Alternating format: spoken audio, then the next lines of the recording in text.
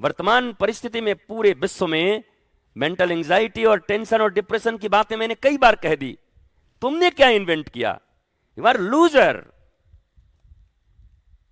उन्होंने बनाए होंगे मशीन, उन्होंने बनाए होंगे रोबोट, उन्होंने बनाए होंगे कुछ ऐसे टेक्निक करके, but what about you? What about your self? Depressive mind, mental anxiety के शिकार, थोड़ी सी बात में आत्महत्याओं के लिए राजी, किसी ने कुछ कह दिया तो दिन भर मूड खराब। Where is your invention? मेरे जीते जागते टेंशन, तुम्हारा इन्वेंशन कहां गया? तो तुम तो निरे गंवार रहे, अनएजुकेटेड, अ लोफर। बट ये थोड़े से कोट, थोड़े से पैंट, थोड़ी सी English, the poor language of this world, जिसको मैं भी बोल रहा हूं बीच बीच में, इसको जान के you are feeling like educated person.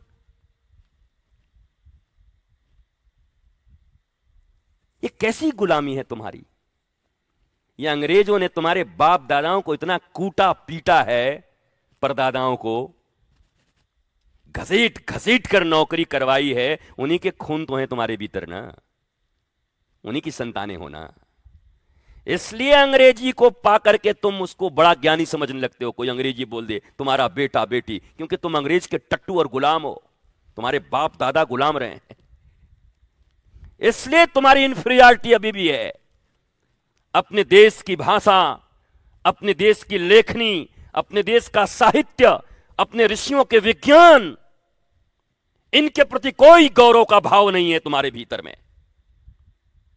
Dutch के, पुर्तगाली के गुलाम, अंग्रेजों के गुलाम, मुगलों के गुलाम, तो गुलामी का खून तुम्हारे भीतर बह रहा है।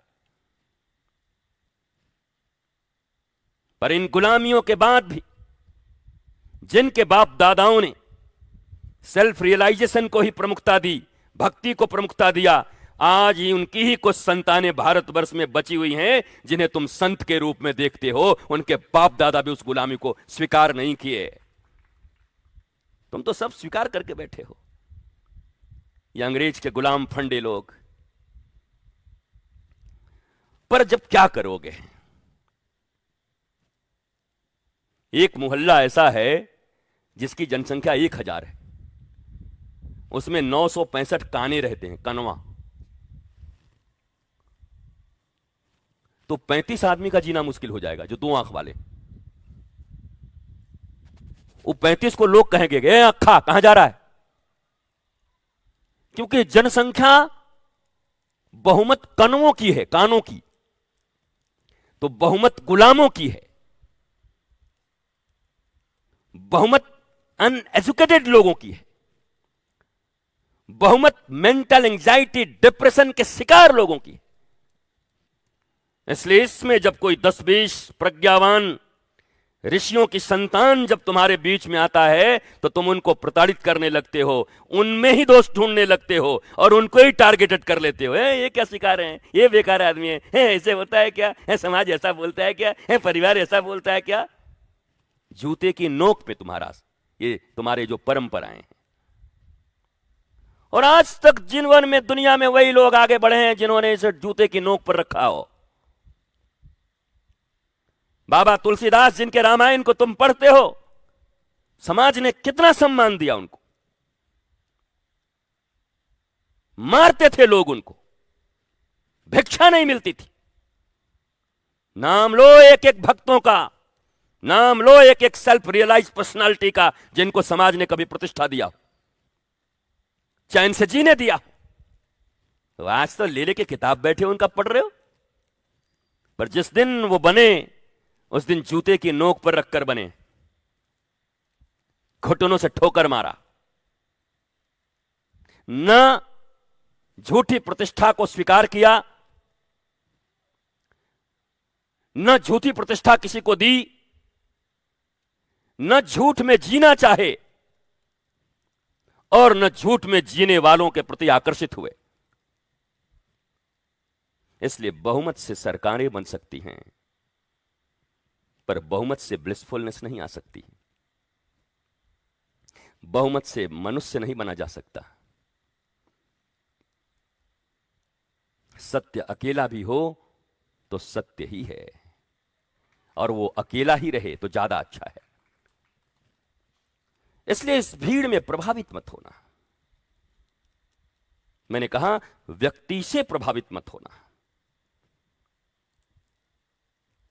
इसलिए जब मैं बात करता हूं, कभी कभी आपके बड़ी ठेस लगता होगा आपको। बहुत सारे लोग हैं, बहुत सारे लोगों की भक्ति में नाम है, बहुत सारे समुदाय का नाम है, बहुत सारे ग्रुप का नाम है। जब बोलता हूं तो बिफर जाते हैं भीतर से। एकदम उनके अहंकार को ऐसा ठेस लगता है मानो कोई चकनाचूर कर दिया उनको। क्यों? क्योंकि वो रुके हुए लोग हैं।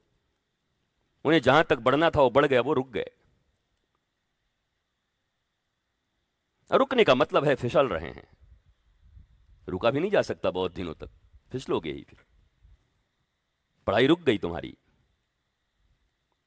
पर अहंकार अभी भी वही है। जिस समय चलते थे, स्पीड थी, तितिक्षा था, प्रतीक्षा था, वो तो रुक गई, पर उस जमाने का अहंकार अभी भी रह गया। जैसे नहीं कहते अरे ये तो हमेशा बस सन 85 की बात करते हैं, हमारे जमाने में घी ऐसा था, हमारे जमाने में ये ऐसा था, हमारे जमाने में ये ऐसा था। हम लोगों का कुछ सुनते ही नहीं। तो वास्तव में तुम रुक गए, तुम्हारी भक्ति रुक गई, तुम्हारा सेल्फ रियलाइजेशन के मार्ग रुक गए, तुम्हारे डेडिकेशन, तुम्हारी हिम्मत, तुम्हारे साहस, तुम्हारे कर्म, तुम्हारे कर्तव्य, तुम्हारी दिशा भ्रमित हो गई। लेकिन फिर भी अहंकार तुम्हारा अभी भी वही है, राजस्थान में राजाओं की तरह। अपने ही किला का चूना करवाने का पैसा नहीं है।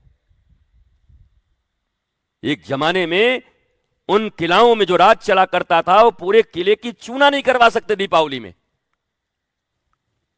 पर अहंकार वही है अभी भी। सामर्थ्य घटा तो अहंकार नहीं रखना है, बल्कि सामर्थ्य को बढ़ाना है। मेरे इशारे को ठीक से समझना, चाहे तुम इस पे सुन रहे हो, चाहे सामने सुन रहे हो। तुम्हारे अहंकार खड़े हैं, पर तुम गायब हो चुके हो। तुम्हारी भक्ति गायब हो चुकी है, तुम्हारी प्रगति गायब हो चुकी है। And you have to retrieve it.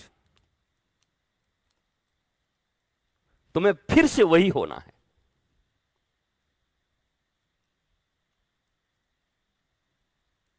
वीर कुंवर सिंह की तरफ 85 वर्ष की उम्र में भी तलवार उठाना है फिर से। और जितने भी ये चीजें हैं जो तुम्हें भक्ति से, प्रेम से, शांति से और आनंद से और ईश्वर की ओर जाने से रोकती हैं, अपने ज्ञान के तलवार से फिर से एक बार चारों तरफ गदर मचाना है कि जैसे मैं था, आज मैं भी 85 साल की उम्र में मैं वीर कुंवर सिंह हूं, मैं लक्ष्मीबाई हूं। फिर उठाना है। डिप्रेशन में नहीं जाना, ग्लानी में नहीं जाना। ग्लानी में जाओगे तो और नीचे जाओगे। इतिहास इसलिए होता है कि याद करें, इससे सीख लें अतीत से। और मैं ही था जिसने ऐसा किया, उस जमाने में मैंने ऐसी भक्ति की है, और अभी भी वही मैं हूं। मैं कर सकता हूं, मैं करूंगा। लेकिन जब तुम रिवर्स हो जाते हो, तुम्हें बातें बुरी लगनी लगती है, तुम अपने आप को एक सेपरेट जोन में ले जाने लगते हो, और जब तुमसे भक्ति नहीं हो पाती, जब तुमसे सेल्फ रियलाइजेशन का ये मार्ग अपनाया नहीं जाता, तो तुम जाने अनजाने जॉम्बी बन जाते हो। कब पता नहीं, तुमको खुद पता नहीं, फिर दूसरे को डसने लगते हो तुम। कर लो, हम लोग बहुत पहले किए हुए हैं। अब तुम बिल्कुल रिवर्स चले गए। कहां तो तुम देवता की तरफ जा रहे थे, अब तुम दानव ही बन गए खुद। इसलिए मैं कहता हूं, रुकना केवल रुकना नहीं होता। रुकने का मतलब है तुम रुक नहीं सकते। ऊर्जा का प्रवाह E = mc², आइंस्टाइन, यह नष्ट नहीं हो सकता। या तो इत्थे जाएगा या उत्थे जाएगा। या तो भक्ति के तरफ ये ऊर्जा लगेगी और नहीं तो भक्ति को नष्ट करने की तरफ लगेगी। बीच में कोई दूसरा रास्ता नहीं है।